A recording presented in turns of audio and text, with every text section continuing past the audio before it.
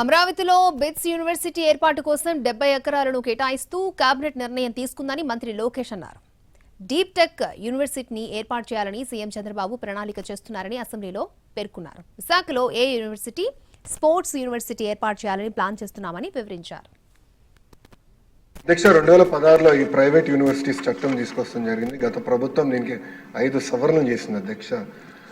ఆ సవరణలు నిన్న నేను ఒక ప్రశ్నకి ప్రిపేర్ అయ్యే సమయానికి నేను చదివితే అధ్యక్ష, మనం చేసిన చట్టాలు యూజీసీ గైడ్ లైన్స్కి విరుద్ధంగా ఉంది. పెద్దలన్నట్టు పెద్ద ఎత్తున యూనివర్సిటీస్ మనం ప్రోత్సహించాలి. అంటే మేమందరం ముద్దుగా తాతయ్య అంటాం.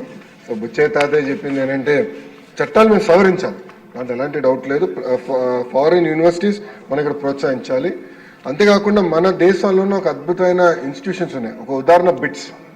ఈరోజు అధ్యక్ష నిన్నే క్యాబినెట్ మీటింగ్లో బిట్స్ అమరావతిలో ఏర్పాటు చేసేందుకు 70 ఎకరాలు క్యాబినెట్ కూడా ఆమోదం తెలిపింది అధ్యక్ష. బిట్స్ ఆంధ్ర రాష్ట్రానికి వస్తుంది.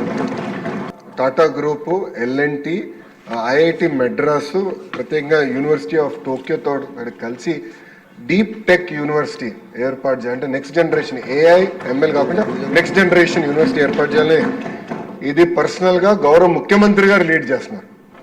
సాక నాదేనా తెలుసు కదా గౌరవ ముఖ్యమంత్రి గారి గురించి. ఆయన పర్సనల్గా లీడ్ చేస్తున్నారు.